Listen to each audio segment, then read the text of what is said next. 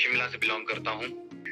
कैसे सिलेक्शन होती है इन्हें, लगभग कितने टाइम तक जो है वो स्टडी करनी चाहिए और उसके बाद हमें फिर फर्स्ट अटेम्प्ट अपना देना चाहिए?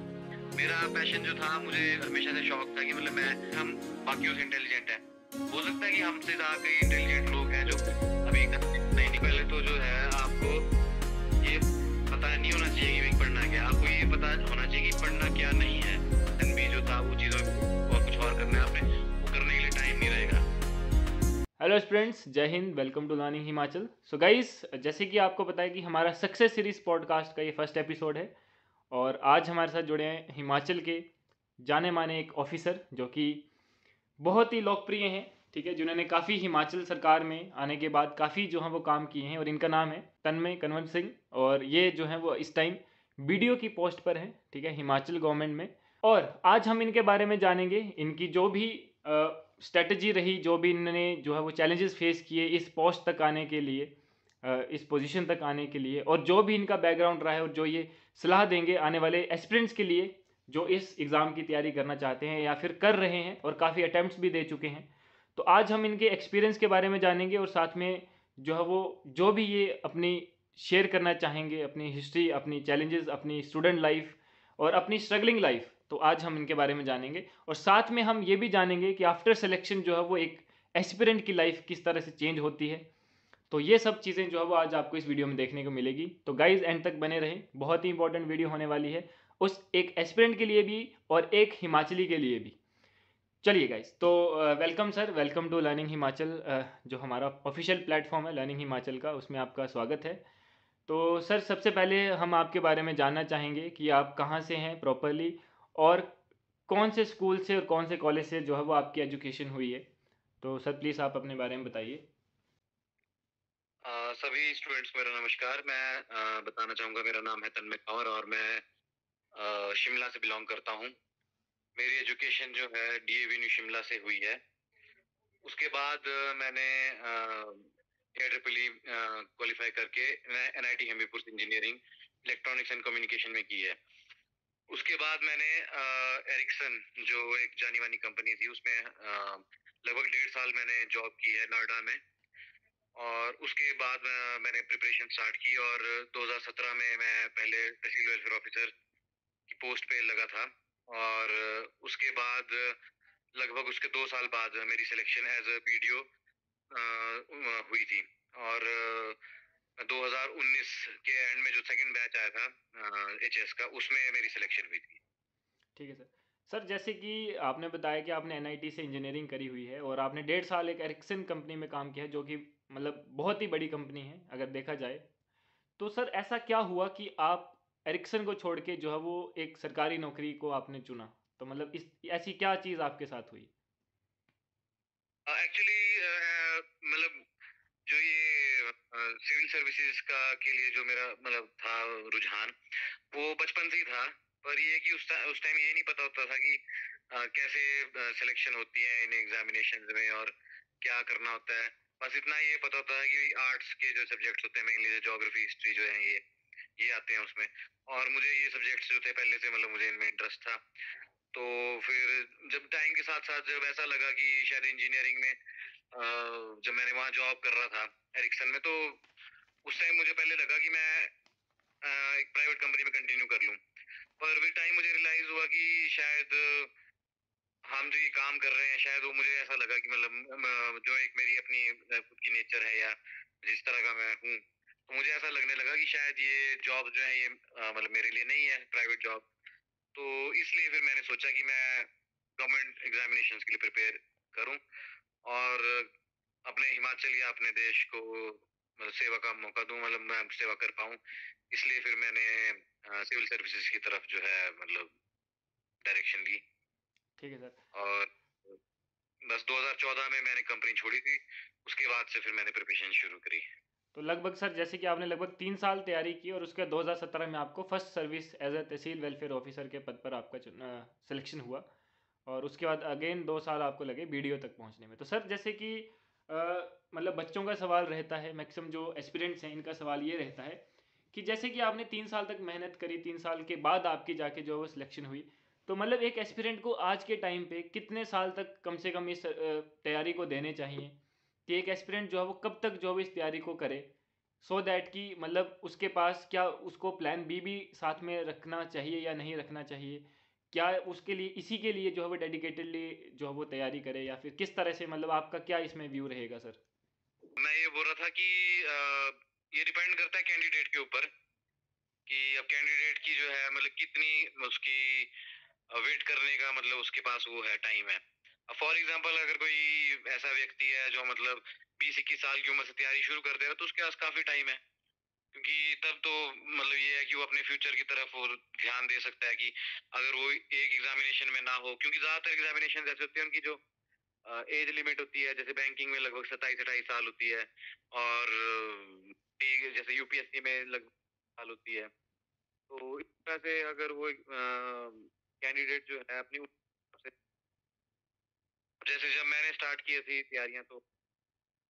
थी तैयारी तो उस टाइम मेरी एज जो थी वो 24 साल थी। तो मुझे पता था कि मेरे पास उस टाइम अभी है, मतलब समय है, मैं दे सकता हूँ। पर ये है कि वो भी डिपेंड करता है ना कि आप कितने टाइम तक इसमें रह सकते हैं, डटे रह सकते हैं। अब हो सकता है कि कई बार कोई कैंडिडेट ऐसे भी हैं जो एक या दो अटेम्प्ट के बाद हार मान जाते हैं और वो चेंज कर देते हैं। ऐसा नहीं है कि मेरी लाइफ में ऐसा समय नहीं आया जब 2-3-4 साल बाद, 3 साल हो गए थे लगभग, और मेरा एचएससी या यूपीएससी दोनों क्रैक नहीं हो पा रहा था। तो मुझे भी कहीं ना कहीं लगा था कि कहीं मैं अपनी प्राइवेट जॉब में वापस चले जाऊं, क्योंकि उस टाइम ऐसा लगता है कि शायद आगे कोई रास्ता है ही नहीं। 2000 जैसे फॉर एग्जांपल 2016 में मैंने ये एसबीआई पीओ के जो है इंटरव्यू दिया था, और सबसे ज्यादा डिप्रेस में उसी टाइम था जब मेरा इंटरव्यू में नहीं हुआ था। 49.75 कट ऑफ गई थी और मेरे 49 मार्क्स थे। इसी तरह यूपीएससी में भी मतलब प्रीलिम्स जो था 116 कट ऑफ गई थी, मेरे 115.34 थे। तो पॉइंट्स पॉइंट्स में मैं रहा था, तो काफी ज्यादा डिप्रेसिंग फील हो जाता है कई टाइम, कभी कभी ऐसा लगता है। तो फिर पर उसके बाद फिर जब मैं टीडब्ल्यू सेलेक्ट हुआ था हिमाचल गवर्नमेंट में, तो तब वो एक पहली बार मुझे ऐसा खुशी हुई थी कि मैं सेलेक्ट हुआ हूँ। पर ऐसा नहीं है कि उसके साथ साथ मैंने एग्जामिनेशन और नहीं दी थी। मैंने उससे पहले प्रोजेक्ट मैनेजर जो होते हैं डिपार्टमेंट ऑफ इंडस्ट्रीज, उसमें दी थी पोस्ट। तो उसमें 3 पोस्ट थी, तो मेरा 4th रैंक था उसमें। फिर मैंने जब मैं टीडब्ल्यू सेलेक्ट हुआ था तो साथ साथ उसके बाद मेरा नेशनल इंश्योरेंस कंपनी में इंटरव्यू था, उसमें मैं इंटरव्यू में उसमें भी रह गया था। और उसके बाद फिर 2019 में ही मेरे नायब तहसीलदार और एचएएस का इंटरव्यू एक साथ था, मतलब लगभग फरवरी और मार्च में। तो उन दोनों एग्जामिनेशंस में मैं क्वालिफाई नहीं कर पाया। फिर एंड में जब सोच ही लिया था कि शायद ये मेरा आखिरी अटेम्प्ट हो, तो तभी शायद भगवान ने मुझे थोड़ी वो दी, मतलब टेस्ट किया और मुझे मौका मिला वीडियो के पद पे आने का और स्टेट को सर्व करने का। तो सर जैसे आपकी क्या स्ट्रेटजी रही तैयारी करने के लिए, मतलब क्या स्ट्रेटजी आपने फॉलो करी, तो वो सर जैसे आज के एस्पिरेंट्स को अगर आप बताना चाहें। अब स्ट्रेटजी तो ये थी कि जैसे स्टार्टिंग में मैंने प्रिपरेशन जो की थी वो यूपीएससी की उससे की थी, यूपीएससी की प्रिपरेशंस की थी, तो दिल्ली से मैंने ली थी। और उसके बाद जैसे मेनली बुक्स वगैरह जो जनरल होती हैं, हिस्ट्री, ज्योग्राफी और ये पॉलिटी, साइंस, ये तो सब्जेक्ट्स जो है हिमाचल और यूपीएससी में कॉमन ही रहते हैं। बस हिमाचल में ये है कि आपको थोड़ा हिमाचल में थोड़ा एक्सटेंसिव स्टडी करनी पड़ती है। और ये है कि हिमाचल के जो क्वेश्चंस हैं वो थोड़े अलग टाइप के आते हैं। मतलब यूपीएससी में थोड़ा इन डेप्थ एनालिटिकल क्वेश्चन ज्यादा आते हैं, हिमाचल में थोड़े डायरेक्ट क्वेश्चंस ज्यादा आते हैं। और ये है कि 2017 के बाद जब से सिलेबस चेंज हुआ है तो थोड़ा फॉर्मेट जो है वो काफी बदला है। तो अब हिमाचल में भी काफी एनालिसिस बेस्ड क्वेश्चंस आने लग गए हैं। तो मेरी स्ट्रेटेजी तो यही थी कि शुरू में तो मैंने यूपीएससी के लिए प्रिपरेशंस की, पर बाद में जब मुझे लगा कि कहीं ना कहीं ऐसा हो रहा है कि यूपीएससी और हिमाचल जो है वो सिंक में बैठ नहीं रहे हैं, तो फिर मैंने ये सोचा कि पहले मैं हिमाचल गवर्नमेंट में या हिमाचल एचएस वगैरह कोशिश करता हूँ कि अगर मेरा क्वालिफाई होता है उसमें, तो फिर उसके बाद अगर मौका मिलेगा या समय मिलेगा तो उस हिसाब से मैं यूपीएससी करूंगा। तो ये था मैंने जो सोचा था। बाकी मेन स्ट्रेटेजी तो यही रहती है कि जो आप पढ़ रहे हैं उसको बार बार रिपीट करते रहें, और या तो बुक में ही आप मार्क कर लो जो मेन मेन पॉइंट्स है, प्रीवियस ईयर क्वेश्चंस पेपर देखो और बुक में ही वो चीजें मार्क कर लो, या फिर आप उनके छोटे नोट्स बनाओ, मतलब अगर 5 10 10 15 पेज के ज्यादा, जिसमें आपको लगता है कि ये जो क्वेश्चंस रिपीट हो रहे हैं, आप उनके एक क्रिस्प नोट्स बनाएं और उनको बार बार रिपीट करते रहें, पढ़ते रहें, ताकि वो चीजें जो आपके दिमाग में इस तरह बैठ जाएं कि आपको फिर उसको बार बार पढ़ने की जरूरत ही ना पड़े। तो ये था। बाकी बाकी तो ये है कि अपना ऑप्शनल जो है, ऑप्शनल आपको थोड़ा वाइजली चूज करना पड़ता है। और आप अगर आप ऑप्शनल आपको लग रहा है कि कई बार कुछ ऑप्शनल में ट्रेंड भी होता है कि कभी कुछ ऑप्शनल चलते हैं, कई बार नहीं चलते, तो वो एक ऑप्शनल जो है थोड़ा स्टूडेंट को अपने हिसाब से देखना चाहिए। ठीक है सर। सर जैसे कि स्टूडेंट्स के दिमाग में ये भी रहता है कि मतलब हमें लगभग कितने टाइम तक जो है वो स्टडी करनी चाहिए और उसके बाद हमें फिर फर्स्ट अटेम्प्ट अपना देना चाहिए। अब वही है, वो डिपेंड करता है कि अब कई स्टूडेंट्स ऐसा भी कर सकते हैं, जैसे अब कॉलेज टाइम में है अपने, तो कोचिंग मतलब साथ साथ अगर वो कर सकते हैं तो वो करें, और उसके बाद वो अटेम्प्ट दे सकते हैं, क्योंकि हिमाचल में ऐसे कोई अटेम्प्ट का वो नंबर नहीं है इसमें। 35 की एज तक आप जितने मर्जी अटेम्प्ट दे सकते हैं। तो ये कि आप ग्रेजुएशन के बाद अगर आपको लगता है कि आपने टेस्ट करना है खुद को, कि आप वो एग्जाम दे सकते हैं, क्योंकि मैंने भी पहली बार जब 2013 में दिया था अटेम्प्ट, तो वो मैंने सिर्फ वो पेपर निकालने के लिए दिया था, वो मैंने सिर्फ ये देखने के लिए दिया था कि क्या मैं ये पेपर क्वालिफाई कर सकता हूँ अगर कल को मैं प्रिपरेशन करूँ। तो ये है कि अगर स्टूडेंट को लगता है कि हाँ जी उन्होंने भी करना है, तो वो नॉर्मल अटेम्प्ट ऐसे ही दे दें।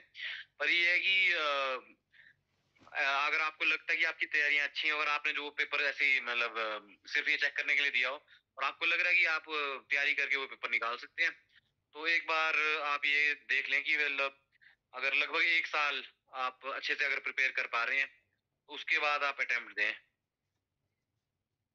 ठीक है सर।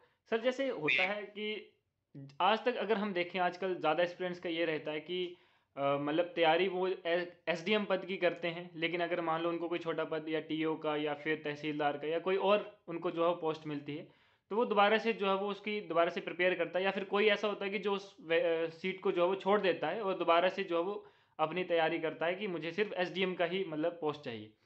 तो सर जैसे आप एज अ बीडीओ सेलेक्ट हुए, तो सर आपको ऐसा मतलब आया कि क्या मुझे भी एक अटेम्प्ट देना चाहिए एसडीएम के लिए कि मुझे एसडीएम या डीएसपी का रैंक मिले। अब वो डिपेंड करता है आप क्या मतलब आपके दिमाग में क्या पोस्ट है। अब ऑब्वियसली एक जो एचएस की पोस्ट है, एचपीएस जो होते हैं, उनकी पोस्ट जो है वो हिमाचल में सबसे इस एग्जामिनेशन की सबसे हाईएस्ट पोस्ट है। तो हर कोई यही चाहता है कि मैं सबसे हाईएस्ट सबसे ऊपर वाली पोस्ट पे रहूं।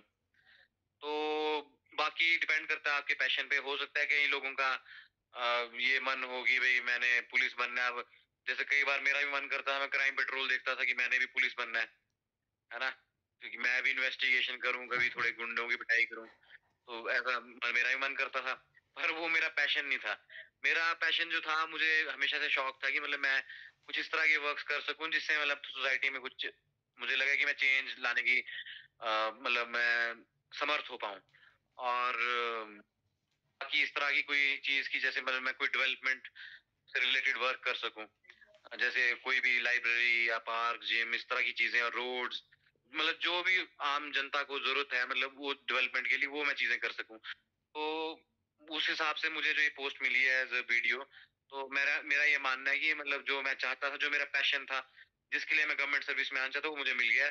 तो मेरा मतलब अपनी पर्सनली तो मेरा मतलब ऐसा कोई वो नहीं है कि मतलब मैं अभी अटेम्प्ट दूं, पर अगर हाँ बाई चांस अगर कभी फ्यूचर में लगेगा कि करना चाहिए मुझे, तो करेंगे, तब की चलो की बढ़िया जाएगी। सर। एंड सर जैसे जैसे कुछ क्वेश्चन ऐसे होते हैं स्टूडेंट्स के या फिर मतलब आप बोलेंगे कॉमन पर्सन के कि लाइक जैसे अगर हम बात करें जैसे आप अभी वीडियो की पोस्ट पे हैं, ठीक है, तो जैसे आपके वहाँ पे जैसे एसडीएम भी रहते हैं, तो मतलब क्या रिलेशन रहता है बीडीओ और एक एसडीएम के बीच में? लाइक अगर मान लो एक सेम बैच के दो पर्सन हैं, एक एसडीएम पोस्ट पे है एक या बीडीओ पोस्ट पे है, या फिर जूनियर सीनियर हैं, तो मतलब आपका मतलब ऐसा रिलेशन में क्या चीज़ें जो है वो आपका जैसे सेम रहती हैं, क्या काम जैसे मतलब डेली आपकी बातचीत भी होती होगी, डेली एक्सपीरियंस भी आपके रहते होंगे साथ में, तो वो सब चीज़ें मतलब कैसे रहती है सो दैट कि बच्चे को ये लगे कि मतलब अगर मेरा एसडीएम ना हो पाए तो मतलब ये जो अदर पोस्ट हैं ये भी बहुत ही ज़्यादा मतलब अच्छी हैं अपने उस पर्टिकुलर रोल में। हाँ, वो ऐसा तो नहीं है क्या कि कोई पोस्ट खराब होती है या कुछ होती है। हर एक पोस्ट अच्छी है अपने उसमें जिस जिस पोस्ट के लिए अगर एक पेपर दिया जा रहा है कि हमारा पब्लिक सर्विस कमीशन जो है एक पेपर को जिन जिन पोस्ट को करवा रहे हैं वो सभी पोस्ट अच्छी हैं। तो हमारा पब्लिक सर्विस कमीशन जो एचएस होता है एग्जामिनेशन के अलावा जैसे प्रोफेसरशिप और भी कई एग्जामिनेशन करवाता है, तो सब पोस्ट जो है अपने अपने एरिया में अच्छी हैं। तो जैसे अब एक एरिया होता है कोई भी बेसिक यूनिट जो होता है मतलब एडमिनिस्ट्रेशन का आप वो समझ लो एक सब डिवीजन होता है। सब डिवीजन में जो सब डिवीजन लेवल पे बात कर रहा हूँ मैं, तो मेन ऑफिसर्स जो होते हैं जैसे एसडीएम है, बीडीओ है, तहसीलदार होते हैं, नायब तहसीलदार होते हैं, फिर एलिमेंट्री जो बीईओ होते हैं, सीडीपीओ होते हैं, टीडब्ल्यू होते हैं, तो सारे ही एक उसमें रहते हैं। तो एक एरिया की जो वो है मतलब डेवलपमेंट आप कह लो या फिर एरिया जो है अच्छा मतलब अगर उसमें मतलब अच्छा काम होना तो उसमें हर एक डिपार्टमेंट की आपसी कोऑर्डिनेशन जरूरी होती है। तो और उस मामले में जैसे एसडीएम और बीडीओ जो है मतलब हर एक पोस्ट की अलग अलग जैसे हैं एसडीएम होते हैं उनका मैजिस्ट्रियल वर्क रहता है थोड़ा, और जो बीडीओ होते हैं उसका थोड़ा ये डेवलपमेंट से रिलेटेड वर्क्स रहते हैं। तो ये है कि हर एक पोस्ट में आपसी जो है तालमेल होना बहुत जरूरी होता है, और अगर तालमेल अच्छा हो तो एक एरिया में अच्छे से वर्किंग की जा सकती है और उसमें फिर अच्छा भी लगता है वर्क करने में। ठीक है सर। सर जैसे आप तैयारी कर रहे थे या फिर जैसे आपने एग्ज़ाम की तैयारी की 2-3 साल आपने दिए, तो सर जैसे बीच में डिस्ट्रैक्शंस भी होती हैं, बहुत सी डिस्ट्रैक्शन आजकल के टाइम में there are number of distraction जहाँ से बच्चे जो है वो डे टू डे लाइफ में फेस करते हैं। तो क्या सर आपको भी डिस्ट्रैक्शन वगैरह हुई उस टाइम, या क्या आपने भी कोई ऐसी प्रॉब्लम जो है वो फेस करी? डिस्ट्रैक्शंस ऐसे तो कोई डिस्ट्रैक्शंस तो नहीं थी, क्या बोलते हैं बस ये है कि कई बार जैसे वो फील होता है कि आपको कि हाँ शायद आपने इतनी पढ़ाई करी है, इतना कुछ किया, और उसके बावजूद इतनी मेहनत के बावजूद भी एग्जामिनेशन नहीं निकल पा रहा है। तो ये थोड़ा होता है, आपको मोटिवेटेड रहना पड़ता है बार बार, कुछ ना कुछ आपको जिस चीज से मोटिवेशन मिली आप वो चीज देखो या वो चीज सुनो, या कोई इंसान है आप उससे मिलो। तो ये है, बाकी ऐसा तो कोई डिस्ट्रैक्शन मुझे तो फील नहीं हुई, क्योंकि अगर ये है कि अगर डिस्ट्रैक्शन फील हो तो आप वो है कि आपको देखना पड़ेगा दूसरे को, आपको साथ साथ मतलब जो आपके साथ तैयारी करने वाले लोग हैं उनके साथ रेगुलर कांटेक्ट में रहना पड़ेगा। अब जैसे जब मैं दिल्ली में होता था तो हम जैसे कई बार बाहर निकलते थे रात को 2 या 3 बजे निकलेंगे जैसे परांठे वगैरह खाने के लिए, परांठे चाय कई बार मन करता है रात को। तो मैं देखता था वहां पे कि कई बच्चे जो है वहाँ यूपीएससी की प्रिपरेशन के लिए जो आए थे अलग अलग स्टेट्स के, तो रात के 3 बजे भी, जैसे उस टाइम गर्मी बहुत होती थी तो रात के 3 बजे भी वहाँ पे पार्क्स में जो स्ट्रीट लाइट्स होती हैं, जो लाइट्स होती हैं वहाँ लगी पार्क्स में, उनके नीचे बैठ के पढ़ाई कर रहे हैं क्योंकि बाहर थोड़ा ठंडा होता था। तो उन चीजों में थोड़ी इंस्पिरेशन लेनी पड़ती है कि भाई जब ये लोग कर रहे हैं तो हम भी कर सकते हैं, क्यों? तो वो मेहनत कर रहे हैं तो हमें भी मेहनत करनी पड़ेगी। तो इस तरह से आपको सेल्फ मोटिवेटेड रहना पड़ेगा अगर आपको एग्जामिनेशंस निकालनी है, क्योंकि डिस्ट्रैक्शंस भी आएंगी और आपको कई बार दुख भी होगा, डिसअपॉइंटमेंट्स भी आएंगी। तो ये है कि रेगुलरली आप किस तरह से आप खुद को उन चीजों को, उन रेस्ट्रिक्शंस को साइड करके और उन रुकावटों को साइड करके आगे बढ़ते रहते हो, तो इन एग्जामिनेशंस के लिए ये मैटर करता है।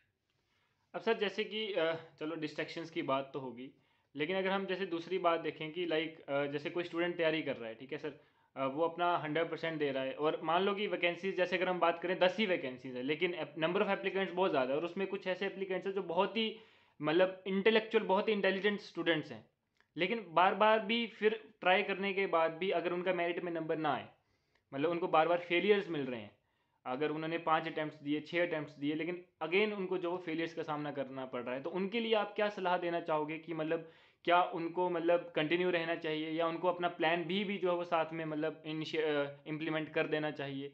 तो उनके लिए आप मतलब क्या आप ऐसी राय देना चाहोगे? जी देखिए मतलब ये इंडिया में ऐसा है, क्या बोलते हैं कि आपको पता ही है हमारी पॉपुलेशन अब हम चाइना से भी ऊपर निकल गए हैं और वर्ल्ड की सबसे ज्यादा पॉपुलेटेड कंट्री बन चुके हैं। तो अब ऐसा है कि जितनी पोस्ट निकलेंगी तो कंपटीशन भी हर दिन उससे ज्यादा बढ़े ही जा रहा बिल्कुल है बिल्कुल। ना? तो अब ऐसा है कि हर बंदे को तो पोस्ट या जॉब मिलेंगी नहीं। तो ऐसा तो नहीं है कि भाई क्या बोलते हैं, अब इन्हीं जॉब के सहारे जिंदगी रहनी है ना। अब हमने भी कोशिश करी है, जैसे क्या बोलते हैं यूपीएससी की आईएएस बनने, हम नहीं बन पाए। तो इसका मतलब ये नहीं कि भी लाइफ वहीं खत्म हो जाती है ना। अगर मेरा एचएस भी नहीं निकलता तो इसका मतलब ये नहीं कि तब भी मेरी लाइफ खत्म हो जाती। तो हमेशा हमें प्लान भी रखना पड़ता है अपने लिए। और क्योंकि इंडिया में अगर आपको सर्वाइव करना है तो प्लान भी आपके पास होना ही चाहिए। और अगर आपके पास प्लान भी नहीं है तो आपको पता है कि ये बहुत मुश्किल है, क्योंकि बिल्कुल ये चीजें एक जुए की तरह होती हैं। बिल्कुल तो आपको पता है कि जुए में जरूरी नहीं कि जीत ही होती है, जुए में हार ज्यादा होती बिल्कुल है ना। तो फिर इसलिए आपको हमेशा ये है कि प्लान भी तो रखना ही पड़ता है। और बाकी तो नंबर ऑफ अटेम्प्ट्स की अब मैं बात करूं, अगर मतलब आपको लग रहा है, अब जैसे अब ऐसा तो नहीं है, मतलब मैंने भी छठा सातवां अटेम्प्ट छठा अटेम्प्ट था मेरा। तो छठे अटेम्प्ट में मेरा हुआ है। पर ये है कि मेरा प्रीलिम सिर्फ एक बार नहीं निकला था 2015 में। 2014 से लेकर 2019 तक मेरा मतलब 5 बार मैंने मेंस लिखा है। तो लास्ट के 2 अटेम्प्ट्स में मैंने 2 बार इंटरव्यू दिया है।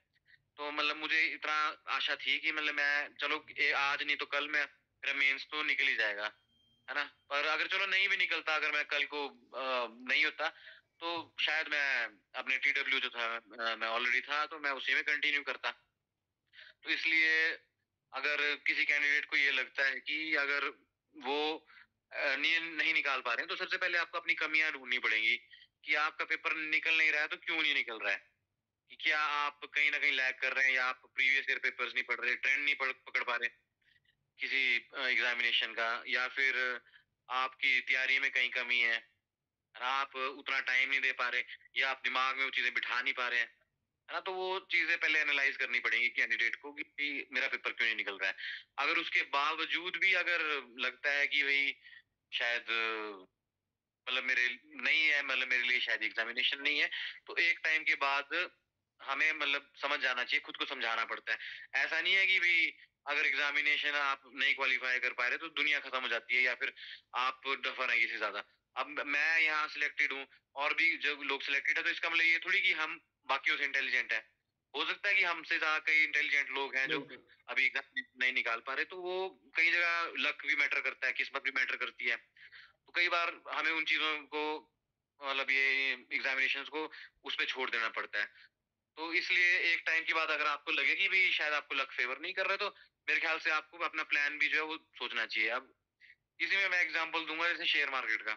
अब शेयर मार्केट में आपने अगर कोई शेयर लिया है, आप तो यही सोचेंगे कि भाई वो चढ़े, तो चढ़ने के लिए लेते हैं ना, डूबते हुए शेयर को तो कौन लेता बिल्कुल है ना। तो फिर अगर उसपे थोड़े टाइम बाद लगता है कि हमें हाँ जी शेयर जो है गिर रहा है, तो हम उसमें स्टॉप लॉस लगा देते हैं कि भाई इतने इसके बाद गिरेगा, तो हमने इसको वो कर देना है, क्या बोलते हैं, खुद सेल सेल हो जाए, है ना। पर ये है कि अगर हम स्टॉप लॉस नहीं लगाते तो गिरता जाता है। और हम इस उम्मीद में होते हैं कि चढ़ेगा कल को, पर ये है कि वो गिरता ही रहता है। तो अगर हम उसको बेचे नहीं तो हमारा ही नुकसान है। तो आप वही समझ लो कि अगर हम रियलाइज ना करें कि भाई ये अटेम्प्ट जो है हमें मतलब ये अटेम्प्ट हमें इसके बाद छोड़ देना चाहिए, तो फिर नुकसान हमारा ही होगा। तो इस तरह से थोड़ा हमें देखना चाहिए। ठीक है सर। चलो सर, ये तो बात थी कि मतलब स्ट्रेटजी और मतलब प्लानिंग की, और जो आपने आप बताया यूथ के लिए, जो यंग एस्पिरेंट्स हैं उनके लिए। अब बात करते हैं सर, जैसे कि आफ्टर सिलेक्शन, लाइक आपकी सिलेक्शन होगी एज अ बीडीओ। तो सर उसके बाद मतलब जैसे सिलेक्शन होने के बाद जैसे आपने ज्वाइनिंग कर ली, जैसे कि लोगों ने आपको जाना जब आप बीडीओ चौपाल में एज अ मतलब आपने वहाँ पे काम किया, तो वहाँ से काफ़ी लोगों ने जो है वो आपको जाना। तो सर जैसे कि आफ्टर सिलेक्शन जैसे आप फील्ड में जा रहे हो, या फिर मतलब आपको एक जो है वो ब्लॉक दिया गया है जहाँ पे आपने जो है वो काम करना है, तो वहाँ पे सर कैसा रहता है और किस तरह के चैलेंजेस जो है वो आप डे टू डे लाइफ में फेस करते हो? जैसे फील्ड में हाँ जी सर। हर जॉब के अलग अलग चैलेंजेस होते हैं। हम्म। अब जैसे अब हम जाएंगे तो हमारे कई अलग चैलेंजेस होते हैं, बहुत कुछ होता है। अब जैसे हमारा कंसर्न मेनली रूरल एरिया से रहता है, जो एक वीडियो की पोस्ट है रूरल। कई चीजें होती है। अब गाँव में जो होता है, एक क्लोजली निट कम्युनिटी होती है हर एक गाँव में। तो गाँव में कई बार डिफरेंसेस होते हैं लोगों के, कई चीजें होती हैं। तो कहीं ना कहीं वो चीजें जैसे अगर हमारे वर्क से रिलेटेड हो जाती हैं तो फिर वो चैलेंजेस होते हैं, कहीं ना कोई कंप्लेंट्स होती हैं कई वर्क्स की। तो इस तरह से, और बाकी फिर अलग अलग टाइप के चैलेंजेस होते हैं। फिर जैसे कई बार इलेक्शंस होते हैं, इलेक्शंस भी एक अलग चैलेंज होता है। फिर जैसे अपने कहीं आप ऐसे ब्लॉक में जाते हैं जहाँ पे परफॉर्मेंस नहीं है, अच्छी नहीं है, तो फिर उस परफॉर्मेंस को अच्छा करवाना, उसको थोड़ा इम्प्रूव करवाना, वो भी एक चैलेंज है। और कई इस तरह के चैलेंज होते हैं कई जगह। फिर अब अगर फील्ड में अगर करप्शन है तो वो भी एक चैलेंज है। मतलब कई तरह के इस तरह के चैलेंज रहते हैं फील्ड में। तो सर जैसे कि एक ये क्वेश्चन बहुत ज़्यादा उठता है, जैसे अगर हम देखें कि जैसे जो बच्चा तैयारी कर रहा है ना, जैसे कहा जाता है कि मतलब चार दीवारी में कैद कर लो और तैयारी करो। लेकिन अगर देखा जाए तो मतलब एट द एंड मतलब उस एस्पिरेंट को मतलब लोगों के साथ काम करना है, सोशल वर्क, एक सोशलाइज होना पड़ेगा। तो मतलब मैं आपसे ये जानना चाहूँगा कि मतलब एज एन एस्पिरेंट भी जब वो तैयारी कर रहा है, उस टाइम भी जो सोशल स्किल है वो कैसी होनी चाहिए? मतलब उसको जो है वो एकदम कैद हो जाना चाहिए तैयारी के लिए, या फिर उसको फिर भी मिलना जुलना चाहिए आपस में लोगों के साथ, सराउंडिंग में, अपने एनवायरनमेंट में? तो किस तरह से, ताकि वो हैबिट जो है वो उसके साथ पहले से ही डेवलप हो जाए? अब ये तो वही मैं बोल रहा हूँ ना, ये थोड़ा पर्सनैलिटी टू पर्सनैलिटी डिफर करता है ना। अब कोई ऐसे लोग होते हैं जो बिना किसी मतलब जिनको बिल्कुल आइसोलेशन में पढ़ाई करना पसंद होता है। कई लोग होते हैं ऐसे जो मतलब सोशल रह के थोड़ा पढ़ाई कर सकते हैं। तो वो तो कैंडिडेट टू कैंडिडेट है। अब ये है, पर ये अगर आपने मतलब ये जो जॉब्स होती हैं जो इससे रिलेटेड होती हैं, एडमिनिस्ट्रेशन जॉब्स हैं, तो मेनली तो इसमें पब्लिक डीलिंग तो रहती है। तो एक ये पब्लिक डीलिंग भी एक स्किल है जो एक कैंडिडेट को थोड़ी आनी चाहिए। और अगर आपकी अच्छी पब्लिक डीलिंग है तो आप इन जॉब्स में अच्छे से सक्सेस पा सकते हैं। सर जैसे अभी आप किन्नौर में सर्व कर रहे हैं, इससे पहले आप शिलाई में थे, उससे उसके बाद फिर आप चौपाल में थे। तो मतलब अगर देखें तो प्लेस टू प्लेस जैसे आपकी थोड़ी बहुत रोल्स में या फिर मतलब थोड़ा बहुत चैलेंजेस में भी डिफरेंस आता होगा। तो मतलब अभी जैसे जहाँ तक आपने पास्ट 3-4 ईयर्स का जो आपका एक्सपीरियंस रहा है, तो उस हिसाब से आपको सबसे ज़्यादा चैलेंजेस कौन से एरिया में जो वो फेस करने को मिले हैं? अब ऐसे मैं ग्रेड तो नहीं कर सकता कि चैलेंजेस हाँ कहाँ मिले। पर ये कि हर जगह जो है अपने अपने मतलब ये लोग अलग चैलेंजेस होते हैं, हर एक ब्लॉक के अलग चैलेंजेस होते हैं। तो शिलाई में जो थे अलग चैलेंजेस थे, जो फिर उसके बाद कुनिहार गया था तो वहाँ अलग चैलेंजेस थे, फिर चौपाल में अलग चैलेंजेस थे, अब यहाँ कल्पा में हूँ तो अलग चैलेंजेस हैं। मतलब ऐसा कोई ग्रेडिंग तो नहीं करूंगा मैं, क्या बोलते, पर ये है कि मैं ये बताऊंगा कि मतलब जहाँ भी जाते हैं मतलब हर जगह मतलब अपने अलग अलग चैलेंजेस होते हैं। और हर जगह की अपने एक अच्छी अच्छी मतलब कुछ ना कुछ होती है, मतलब स्पेशलिटी होती है, क्वालिटी होती है, जिसको हम लाइफ लॉन्ग एक याद रखते हैं। ठीक है सर। तो सर जैसे कि अगर मैं आपसे अभी लास्ट में जाते जाते अगर आपसे पूछूं कि मतलब ऐसे कौन से तीन मंत्र हैं, यानी कि आप बोल सकते हैं कि कौन से ऐसे तीन मेन की पॉइंट्स हैं जो कि आप बोलना चाहोगे एस्पिरेंट्स के लिए या फिर एक कॉमन स्टूडेंट के लिए? अ, मैं ये बोलना चाहूंगा कि सबसे पहले तो जो है आपको ये पता नहीं होना चाहिए कि भाई पढ़ना क्या है। आपको ये पता होना चाहिए कि पढ़ना क्या नहीं है। हम्म। क्योंकि आजकल फील्ड ये दुकानों में और मतलब ये मार्केट में दुनिया भर की किताबें हैं, एक एक बिल्कुल। सब्जेक्ट की जो है 10-10 किताबें हैं। और सब यही क्लेम करेंगे कि भाई ये बेस्ट है, ये बेस्ट है। या फिर फॉर एग्जांपल कोई बुक होगी, वो से एक हिस्ट्री की बुक है फॉर एग्जांपल, एंशियंट हिस्ट्री की, तो उसके लिए भी 3-4 अलग अलग टाइप की बुक्स हैं। तो आपको ये देखना है कि आपको पढ़ना क्या नहीं है। ठीक है। दूसरा मैं ये कहना चाहूंगा कि आपको अगर आप एक चीज फॉलो करते हैं, एक बुक फॉलो करते हैं, तो आप उसी को अच्छे से फॉलो करें, है ना। और खासकर ये ट्रेंड देख के आप क्वेश्चंस जो है किस टाइप के क्वेश्चंस आ रहे हैं वो देख के आप फॉलो करें उस बुक को। अब कई बार ऐसा होता है कि कोई बुक होती है तो वो विद टाइम जो है वो आउटडेटेड हो जाती है। जैसे यूपीएससी में शुरू में जो हम क्वेश्चन देखते थे तो बिपिन चंद्र से काफी आते थे, पर हम्म। विद टाइम जो थे कई चीजें ऐसी थी जो यूपीएससी में वो मिलती नहीं थी बिपिन चंद्र की बुक में। उसके लिए हमें पढ़नी पड़ती थी या तो शेखर बंदोपाध्याय या फिर सुमित सरकार। तो ऐसी चीजें वो देखनी पड़ती है, आपको क्वेश्चंस के ट्रेंड देखने पड़ेंगे कि किस तरह से हैं। और तीसरा मंत्र तो मैं ये बोलूंगा कि कभी जो है थोड़ा मोटिवेटेड रहें सभी अपने जो है एग्जामिनेशन के लिए। और हार नहीं माननी है कभी भी।